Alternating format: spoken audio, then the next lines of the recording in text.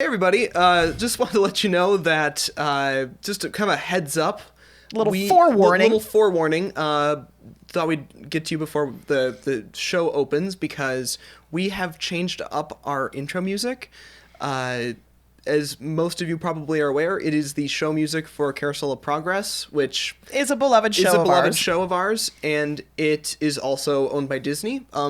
We have figure, right? Which we knew going into this. We never expected to do this long and keep it going, but we just haven't bothered to change it. And you guys still like us, so we're still doing this. But we thought it was about time that we finally get rid of the copyrighted music. Yes. So when you are listening to this episode as well as future episodes, just beware that it is not a different podcast popping up when you are listening to us in the car, wherever, and it rolls order. over. We're making this decision consciously. It's not because anyone's approached us. It's not because of anything that's been done against us.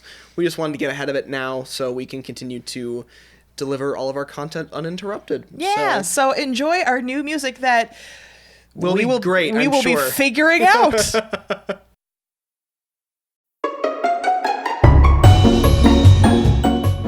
Hello, everybody. Welcome to WD Carousel of Podcasts. My name's Crystal. And I'm Ian. And today we are going to go over the Star Wars review. Yes, we are. But we wanted to let you know ahead of time, this is going to be, in the beginning, our standard review, no spoilers, and we do have stuff that we need to talk about after, so we will give you a definitive stop now. The episode will happen like the episodes do, and then we're going to be like, unless you want to stick around, because we just need to talk about it anyway, so we thought we might as well just record it. Yeah. So, because we haven't talked about this at all. Not at all. We actually saw this movie separate from each other this time, so it is going to be interesting to hear what we both have to say. Exactly. So, as our standard format goes, let's talk about the bathroom areas first. This movie is not quite Avengers Endgame, but it is 2 hours and 20 minutes long. So if you don't drink a large pop. Don't drink a large pop. Pee before you get in there, because holy moly, you are not. And as we'll get into, the movie doesn't have any real stopping points ever, so you're just going to have to hold it unless you're willing to give it up. So the one that I can think of in the very beginning, which is not very helpful, is once you go back to the planet that Rey and Leia are on. Oh, like the Rebel homeworld kind of planet? The very first time. Yeah. You can probably head to the bathroom as soon as they're back there for a while, because it goes into some standard talk plot. Yeah. Other than that, I am blanking on if there are any good places in the flick to be able to do that. This movie is notoriously action-packed. This is actually more jam-packed than a standard Star Wars movie is. Absolutely got more stuff. It doesn't follow the It starts formatting. with stuff. It doesn't follow that formatting, and you are going to be dealing with interesting plot point stuff happening basically the entire time. Whereas most Star Wars movies, you have like 3 different planets you go to, or 3 different visual worlds you go to. Right. This one, there's like 50. Right. And each one has a different meaning behind the story, because they're obviously trying to wrap up this whole lot of stuff series. Yeah.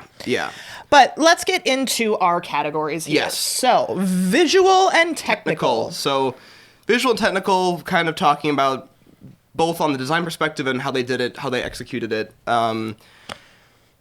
It's kind of funny now, because it just seems like it's like, yep, it was a super high budget Disney film. Mm-hmm. I would say that it was. I actually saw it in 3D with my dad. Okay, that's good, because I wouldn't do that. You wouldn't do that. We get both aspects. We get both aspects of it. Yeah. So I hadn't done a 3D movie in a while, and I think that we're kind of at a stable point in 3D. We haven't really gotten past a certain point. Like Real D, the technology with polarized lenses is really good, and they've gotten really good at doing the 3D conversion, and it looks good, and whatever. It's fine. So that was good, but it was extraordinarily well shot. It was very hard to tell what was real and what wasn't. I mean, like, you think about like any moment where there was a ship, and it's like, wow. And the other thing too, visually, sorry, I'm just plowing through all sorts of stuff. When they bring out you know, like they had in the other movies where you've got like Star Cruisers and stuff. They really pushed the look of making them look like the models. They really did had a that very good job with that. Yeah. The only area that I would say of the visual aspect that kind of threw me out of the world for a bit is one that we'd seen in other the last two movies where they did a quote-unquote flashback. And you got to see characters that we are very familiar with in their younger years, but they had to digitally do them. Yeah. And it was more obvious. It was, but it was much better than it could have been. Yes. So I'm going to give it to him there. I think I was like, okay, yeah, this tracks. Like, I'm not, they didn't, and neither of the characters, they didn't push them that hard in terms of their Correct. Like, they didn't push too hard on that. Yeah. So it wasn't happening long enough to be like really freaked out. It wasn't an extended time or extended clips where you're like, wow, okay, you're trying to get a lot of words in there, a lot of facial, functions. And so it wasn't bad, but it's the only place that actually pulled me out of the illusion. The rest of it was visually stunning. The worlds that they went to were so diverse. Like I said, they went to so many of them. Right. One of them was the person that I went and saw this with. We joked about that it kind of turned into like a Burning Man. It was a Burning Man. I was not the one that thought that. Good. No, I was just like, I'm like, oh my God, they went to Burning Man. This is what's happening. It's Burning Man. But then they had the dark and dingy, tech worlds, and then they had the, they went back on the cruisers, and then they went to the lush green worlds, and then they went to. Really, they kind of encompassed all the movies except for 1, 2, and 3 in the different locations. Well, yeah, and they didn't. Yeah, because they didn't really talk about like some of those early worlds. They really didn't, did they? They talked more about. Let's go back. Let's go to the plot and story because that we're kind of walking right into this here. And if we bounce back to technical, sorry about it. And again, we have to be careful with plot and story because we can't really talk about it yet. But the thing about Star Wars movie is it is rather formulaic. Yes. So those who love the formula would love this movie. They basically took that formula and they just cranked it. It was just an overdrive. Not to say they didn't do some things differently, because I think they did. But, I mean, there was never a point where you're like, I don't know what's going to happen next, because you kind of had an idea what was going to happen next. It wasn't all that surprising. It was definitely, lip service to the fans, but it's the fans who made this series so popular that we wanted to have those stories rounded out and completed. So they were pulling everything from 4, 5, 6, 7, 8. Like I said, somehow they were ignoring 1, 2, and 3. Funny how that works. But it's okay. I was just kind of hoping except for the Jar Jar Binks thing at the end, I was totally sorry. No, that did not happen. No. That wasn't a spoiler. That was not a spoiler because it did not happen. It did not happen. But for a minute, though, maybe you were a little bit worried. Well, and I was honestly going back to the visuals being like, okay, so all we're missing is the underwater world. Yeah, they really pushed. Everything else we saw. They even went to Candy World. Like, they went to all the different Mario. Sorry, no, Star Wars. No, it was a lot. I mean, it was a visual overload, and storyline was an overload of stuff. So much so that I hate to say it, and I was getting frustrated at the end of the movie. Once I'd gotten done with the movie, I didn't know how to process it. Me too. My brain, when I went in there, was not mentally prepared for Star Wars. I hadn't been amping up for it with every single trailer. I hadn't been counting down the days like some of the Star Wars nerds. Because I am a Star Wars nerd, don't get me wrong. But it wasn't like I was... I was totally with you. I just wasn't in a Star Wars frame of mind. Yes. And going into the movie, I was like, man, I'm not ready for the last Star Wars Skywalker saga movie. I am not in a mental state for it. Well, and it wasn't that I wasn't ready. But it was not that prepped. I was kind of about going to it, which I know sounds horrible, but that also probably clouded a little bit of how I was digesting the story. And there was so much of it that I'm sure I can't remember subplots. I went home and tried to lay out the movie, and you have to almost do it by character. So this character went here, did this, and then eventually got here. Yeah. This character starts here, did this, did this. Right. And then I had to like go through that to see if I remembered all of the different little aspects, because it is so individualized, blended together it and feels complex and formulaic. And one of the feelings I had about that was I had a thought about this. It felt like a lot of different like little vignetted stories from like 12 different Star Wars movies that were kind of in a blender, a blend-tech blender, just sitting there. Does it blend? That is the question. Like, well, it's like, oh, there's a loose end. Let me just grab that string and tie it in. Right. Oh, there's another loose end. Let me grab that string and tie it in. Yeah. It just felt like a lot of things coalescing at once. It was a lot. It was a lot. And then let's move into the acting and casting, because I was going to bring up, what did you think about... Okay, so we all know the backlash that happened after the last movie with the Asian character, the Asian actress. She was blacklisted and attacked on all of her social media. Yeah. And she was such a big part in the last movie. Yeah. They really knocked down I was about to bring that up. I'm like, character. I'm like, what the heck? What did they do with Rose? Like, she was just like a featured extra. I was like, are they doing this because of the backlash that she had on the social media? That way she doesn't have it again? I don't know. I so enjoyed the character of Rose. I did too. And I was really bummed that she just was kind of like, have fun, I'll be at base. Like, it's like, what? Or I'm going to be on the ship while you're doing all that stuff over there. Like, she was just kind of present, but not really. And I get, like, the problem was she was a big part of the middle of 8. What's the name of that one? The Last Jedi. Yeah. She was a big part of it, and I think that she was really a stellar character through it. And this storyline, I get why this storyline didn't feature her as much, because there was just a lot of other stuff that needed to happen with other characters, and they really needed to focus on Rey, they needed to focus on a lot of other people. I get it, but it really did feel like they had just kind of like relegated her to this like featured extra position. Or do you think it might have been her, from an acting standpoint, being like, I don't want to do this movie? And then they were like, no, you have to do this movie, but we will knock down your character. And that was the other thought that I had, too. I'm totally with you, because I'm like, maybe Kelly Marie Tran just didn't want to have a big role because she was just, like, not into it, and they just kind of were like, and J.J. Abrams is like, okay, like, that's fine if you want to do that. Either way, it's a real bummer, and if it was her idea, I feel so bad because I so enjoyed her. Whatever issues there were with the last movie, and I know that movie was very polarizing, but I actually rather enjoyed it, maybe not as a classic Star Wars film. Yes. But maybe that was the point. A standalone movie. I thought it was a delightful film, but regardless, that's that movie. We're talking about this movie. There was a couple new characters. There were. And I don't remember all their names. names. I'm not sure if they were necessary. Yeah. One of them was definitely... Well, two of them were definitely more marketing. I'm trying to think which ones you're talking about. Because I've seen one of them already down in the parks, Galaxy's Edge on both coasts, have the little new droid. Oh, yes. The little cone droid. The little Pixar lamp on wheels.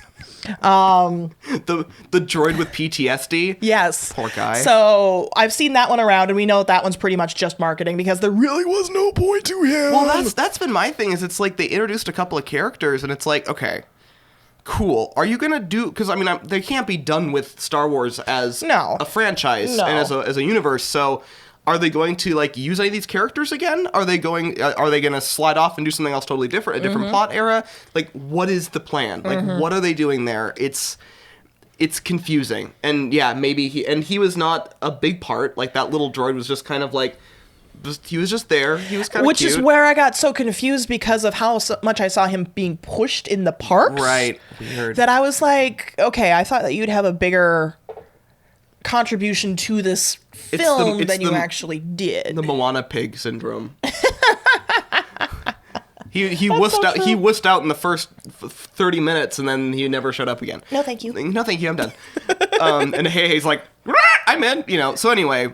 But the other characters, the ones I could see them being a spin-off. They do seem spin-off worthy. Though I have to say, I just got stuck in a Dune mindset When they started talking about you're a spice runner and the spice and the spice and the The spice spice, and the the spice spice. must flow. The spice And must- I'm like, oh my God, I didn't realize we were jumping over to Dune. And but that's where my brain went. A lot of this movie, I was making other nerd comparisons. Yeah. Sorry, just like going back to like this is going to Don't be care. kind of a mixture of story and acting. I thought the dialogue was pretty good. Yes, I was And the not delivery was, disappointed. I was not disappointed with the dialogue because sometimes Star Wars dialogue can be kind of the worst. And I say that with love because I do love the Star Wars movies, but it's just kind of like, so they did a really good job with that. The other thing with acting that I think is kind of an elephant in the room that we have not talked about yet, and I think you probably know where I'm going with this, is Carrie Fisher, Space Mom. I'm glad they did it very tastefully. They did. But on the converse side to that, you could definitely tell it was a storyline that was Not originally intended. crippled by the loss of a major character. Yeah. And so I was very impressed with what they did by using her real form, real self, and real acting. The biggest problem I saw was there was a mismatch in energies. If that makes any sense. Oh, So, 100%. like, yeah, like you'd have this like moment with Rey being very like passionate about something, and Leia was saying all the correct things, but the energy didn't match the sequence, and so you just noticed it. Yeah. Even if I didn't know that Carrie Fisher had passed away, like I would have noticed something was funny. Yes. Because I knew Something was off. something was off. Like she just didn't match, and there's nothing you can do about that. And I No, think it's not like you can ask her to come back and do a retake. right. And I think that like, and I know that they used a lot of stuff from the last movie. Like they barely had anything from her from this film.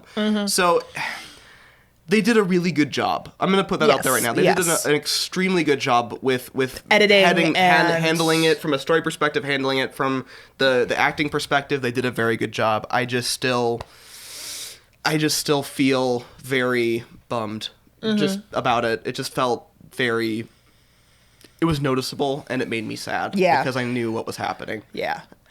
Yeah. I mean, all of us went through the movie, and I mean, I don't think this is a spoiler because obviously everybody who has ever been into the Star Wars verse knows what's going to happen to her character in this movie. Right. But because it happened in real life, it didn't hit me as hard. Because you already kind of mourned her. That, and I yeah. was expecting it because Yeah. what are you going to do with a main character that is no longer around and you have an entire movie? Right. You had to do something like this. The biggest moment for me with Leia, like the moment where I almost like lost it was actually in the last movie where she like did the thing where she came back in. Oh, yes. That was yes, way yes. more. This was a lot less of a thing. It was This much was less more heart-wrenching. It was much more peaceful, which it was just kind of you just kind of felt happy sad. Like it was very verklempt, but it was not like. But the way they also did it was not like they were trying to make it a big thing, but it Yeah. didn't have the big thing energy. It didn't, and that brings me to, and I don't know if we want to talk about like this is the thing that's been in my brain the whole time. Do it. Just like overall with the movie, it was like the most delightful baked like pastry, but they accidentally made it with Splenda. I don't know how. I don't know why that kept popping into my head. No, it's a perfect analogy. It was really good. Like it was delicious. It was a delicious movie. But I was left hungry. Yeah. Like there was no I could have calories. had more. There was no emotional calories in it. Yeah. And that's kind of my best way to describe it. And I don't think that it should deter you from seeing it. No. So in our rating system, as we've talked about before, it is go see it right now, Second run, cheap ticket. or like matinee sort of thing. Yeah. Rent it. Wait for it to go on streaming, or just ignore it. We literally just say, that's like what it says on the thing. But yeah, so I put mine, and I hate to do this as a lifelong Star Wars lover. Yeah. I'm putting it in the matinee category. it's very conditional for me. If it means a lot to you to know the answers, then I feel like you need to go see it. But if you're here just to be like, I'm a casual Star Wars, I like Star Wars, I've seen the movies, but like I'm not like I don't need to know what happens to everything. The diehard that was already there and already saw it. Right. Come on, let's be honest here. If you weren't that person, you can probably wait. And it's such a tough one, but for me, I think for you, I think I'm in the same boat as you. Yeah. Not like we don't say like I feel like I'm betraying the Star Wars verse by saying this. But I don't know. I actually kind of liked, as a movie experience, I kind of liked the last one more. And I thought people are going to hate that. People are going to totally hate that. I was not going to bring that up. Yeah, but anyway, I did enjoy it. Yes, I enjoyed it too. And so I don't understand why the critics bashed it so much. Yeah. I don't think it's worthy of that much bashing. But, you know, it is the standard Star Wars formula. Right. It is the same characters. It's plot we already know because they have to wrap everything up into a bow. If you're upset about seeing the standard Star Wars formula, then this movie wasn't for you anyway. Yeah, they didn't make this for a person who wants a brand new, fresh story. Right. But it is, like I said, I feel like I'm betraying my geekdom by saying this is matinee level, but it is. It's just, yeah, I don't know. And I think there were some issues that this movie had. This movie was up against some stuff to begin with. Yeah. So I feel like I want to give it a little bit of a pass on that, but just by its nature, just by knowing, if you haven't seen it already, you can probably wait a little bit if you want to. Like it shouldn't stop you. And if you like the Star Wars universe, it'll show you things that you've always wondered about. You know, it does do that. Yeah. But with some things that really I couldn't shake after seeing it. That was kind of a hard thing for me to deal with. Yes. So that's kind of what we think. Now, on that note, if you don't want spoilers, turn off the episode now. You have about 10 seconds. So, are you seriously like counting? I thought you were going to be like 10, 9, 8. Just wait for the Mickey's 27, feet to count. 43. But we want to talk about this. If you guys have seen the movie already and you want to know what we thought of the different actual moments, like stuff that happened, then stay. Otherwise, we'll see you next week. Yeah, for another episode. Yeah. Okay. All right, here we go. Note, you guys should have shut it off by now. So let's get into it. Let's get into it. Okay. I had the hots for the new non-robot character that Finn used to work with for the Spice. Oh yeah. I have no clue who she was, but I'm like, I like your personality. You're fun. Yeah, and she was super fun. She was cool. You're awesome. You're awesome. And your partner that wiped C-3PO's brain, totally just money plot. Just to like merchandise. It's like the Baby Yoda of... Yeah, he's the Baby Yoda of episode 8. Yeah. 9. I keep getting that confused. It's okay. I don't know why.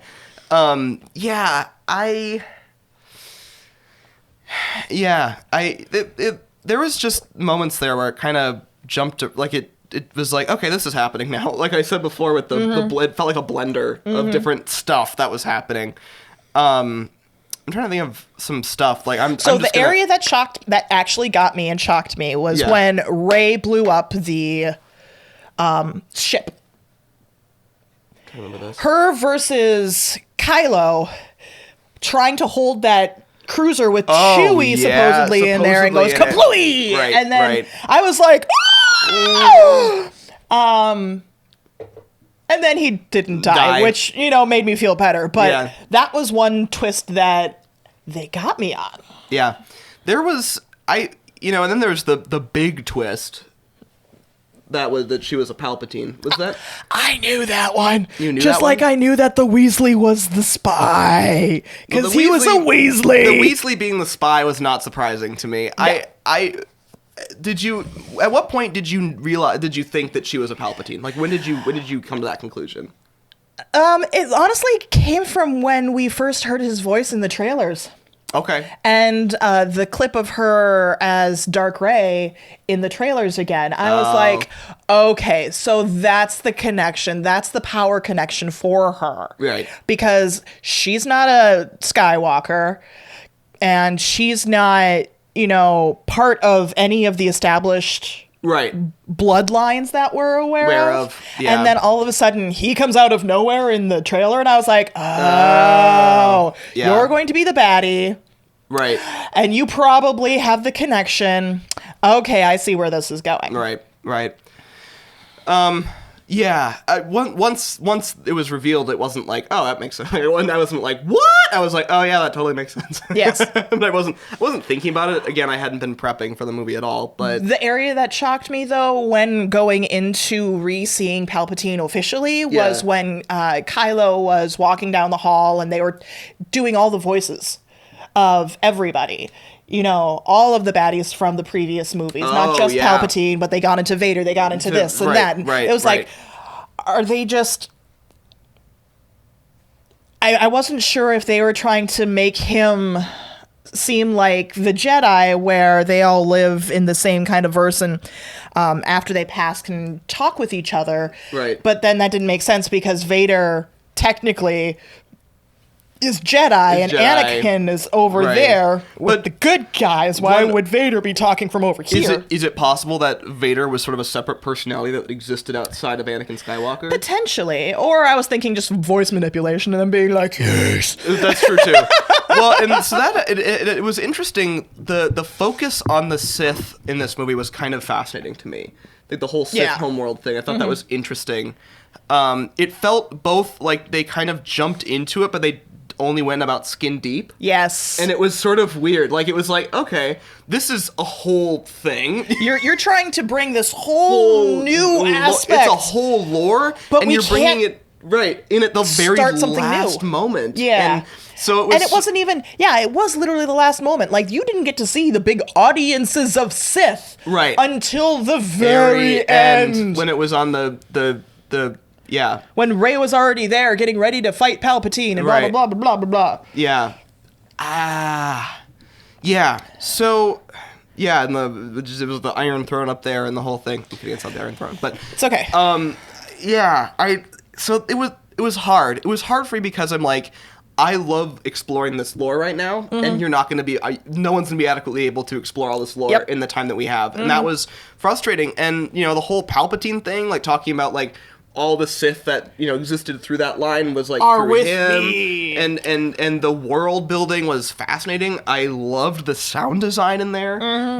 Those like creepy, like, it was fascinating. I mean, and they were talking about like all like the crazy pockets of stuff. And I'm sorry though, the whole thing with having to get those like wayfinding beacons to find this. You know what it reminded me of? What? Isla de Muerta in Pirates of the Caribbean. Just waiting for Captain Jack with his compass that doesn't point north. It just felt very that, and there was just like, it looked like a ship graveyard. It was just space Pirates of the Caribbean. Yes, this is what that felt like to me. But it was some really amazing design. It was some amazing sound design. It was like that planet was really cool, and the level of creepy that Palpatine was pretty cool. He just was like, he was just horrifying, and that was kind of neat. I'm not sure what I thought about him sucking the life force out of them, and then the only thing that changed were his hands. His arthritic hands are no longer arthritic. His eyes became glowy too. But that was it. You're like, you're sucking in all of this life force, and all you get are straight fingers. Well, it takes a lot. And then he also was able to get off that device that was, that he was plugged into like the Matrix. I mean, that was kind of what it was. Yeah. Question to you, switching topics slightly on that. Absolutely. So, why didn't Leia disappear into the Force until Ben disappeared into the Force? Okay. Because I don't understand, because she was already Jedi, why she just still lived, like, laid there under a sheet. I have a theory. Okay. I am probably wrong, and I'm already gonna get roasted for liking The Last Jedi, so whatever at this point. My theory is because she died because she gave her life force to Ben.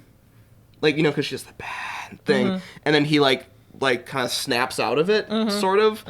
And I think that she was kind of like channeling her life force to him, and then like there was like a bridge, like her energy was like still very present, keeping him alive. She was the battery? She was the battery. She was keeping him, she was using her life force to channel and bring Ben into the world to operate the way he was supposed to, and it was amazing how different his energy was. Oh yes, no, Adam the acting Driver there was wonderful, awesome. He did so well, and so then when he pushes his life energy back into Rey, which was kind of Leia's energy a little bit, and so then when he finally went, then they both kind of went together. It was sort of like they were bonded again, and then they both faded out at the same time. Yeah. I thought the kiss was hokey. I'm like, why did you have to include that? Super hokey. And then on top of that, I'm sorry, this is really not a big deal considering the way things turned out, but then Rey takes on the moniker as Skywalker. I'm like, then why did you kiss Ben? Why would you? Man, that's just a Skywalker thing. It's just kissing. Space Mom and Space Dad were her mentors, and they're the only parent figures that she knew. So that makes sense. And they kissed once, so it's fine. Yeah. Sibling love. Oh my god, that's pretty funny. No, I thought the kiss was super hokey.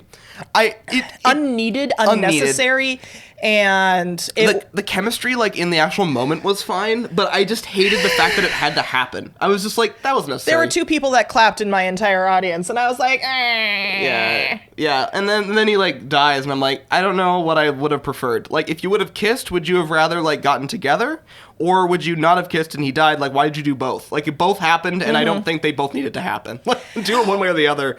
Also, Finn, right before they got sucked into the sands, was like, Rey, I have to tell you something, and he still never told her. He didn't, did he? No, he didn't. What the hell was that? I think it was him trying to tell her that he was connected to the Force, like he could feel the Force, which they established through the rest of the movies. They did, but like the Rey, I need to tell you something, right, and then not getting to it. I'm just like, right, yeah. Also, this whole space serpent thing was a weird scene. So, okay, I had to have it explained to me because I hadn't watched the last episode of The Mandalorian before this came out, which is why it came out on Wednesday, before the movie officially did. I haven't watched any of The Mandalorian. I guess there is a part in The Mandalorian where they go over the touch healing. Okay. With Force energy. Okay. And so that was, The Mandalorian was supposedly setting up for the serpent area with Rey and being like, I heal you. Right. And I got like what happened. Like, I got that she did like Force healing, and then it established stuff for later on, but the whole thing felt sort of like, this scene is exposition. You know, like, we're explaining something with the serpent, and then we're gonna go deal with it later, and it'll come back around. Like, that felt sort of funny to me. It was a lot. It was a lot. And trying to remember all the individual moments is gonna be hard, and we're probably gonna keep thinking of more after we're done with this. Oh, 100. Sorry. But 10%. Yeah. Other thing that I thought was fascinating from a design standpoint was the ruined Death Star. Mm-hmm. I actually quite liked that. That was really cool. I don't know that, like, it was all a little bit weird. Like, all the stuff that by that point in the movie, I'm like, what's happening? Why are we doing this? So if Rey can float and if Rey can move like X-Wings all on her own, why did she have to take a skimmer and go over all of those treacherous waves and not just float across the top of them? Plot? I was sitting here going, I know. She doesn't need to have, she didn't have to wait because she could just float herself over there, and then she still took the skimmer and like risked life and limb to, you could just float over there. Your very first scene, we see you floating. Also, the skimmer was not Moana a little bit. Oh, like, 100%. I don't know. It was a wonderful, delightful movie that was very problematic. Finn was so much Samwise Gamgee. Yes. He was like, not without you, Mr. Frodo. Rey! No! Oh God, it was. Screw Poe back there, even though they whatever. had their bromance, which didn't even show up in this movie. Yeah, their bromance didn't even exist in this movie, which made me super sad because it was such a fun plot to have between the two of them. That chemistry. Yeah, and not having it. Right. But he went from having that bromance to totally being Sam in this movie. Yep. And then trying to follow her where he can't go. Yeah. And I feel like it was a movie to show potential spin-offs. And then then they got to gauge audience reaction of which spin-off to make. Because the other one was the planet with the Death Star on it, and they had all those stormtroopers. Yep. That was like this is fascinating. It's too bad we have to go fly past all these super fascinating things. We don't get to explore any of them. Is really what it felt like to me. Is it was like it was a movie that was just like a bajillion miles wide and about 6 inches deep. Yes. And that was my biggest thing. That and the giant gaping hole that was Carrie Fisher. Yes. That was hard. Yes. I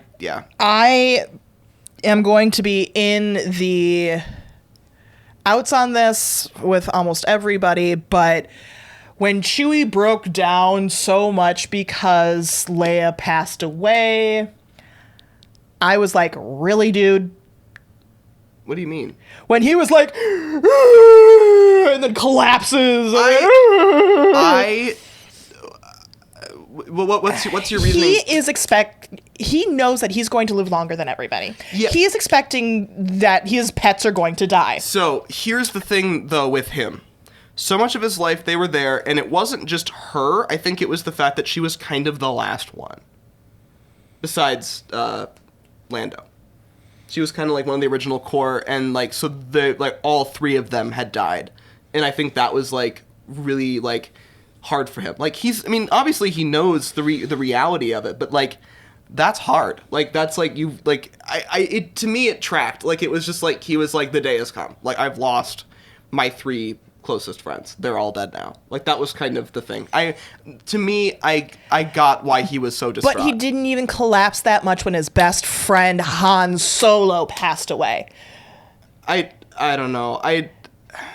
That was my disconnect. I'm trying to remember how that scene went, but he didn't have as big of a meltdown when Han died as he did when Leia died, and he was Han Solo's ride or die BFF. I know, I get it. I think that in this case, he wasn't mourning the death of Leia as much as he was mourning the death of all 3 of them.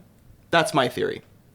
It probably means nothing, but that's kind of where however you want to process it. That's how I process it. That the day I went to this movie, I got notification of death number 6 in my family this year. Right. So we're doing great. Yeah, so my brain was not into the whole death thing being like, okay, it's just another one. Yeah. Let's just add Carrie Fisher to the list. Exactly. So a little skewed there too, but yeah, so there's some of our spoilers. Obviously, if you go see this movie, there's going to be even more things that you're going to have questions about. And feel free to message us because we're just going to be venting to each other. Yeah. I'm sure I'm going to end up seeing it again. I'm going to wait. I'm probably going to do a matinee this weekend with my family just to try and see if there, the areas that I don't remember from it. And see if I can recall those or whatever. But yeah, that's been our show for the day. Absolutely. I hope you guys enjoyed it. This has been WD Carousel of Podcasts. My name's Crystal. And I'm Ian. And we hope you have a great, big, beautiful tomorrow. Bye, everybody.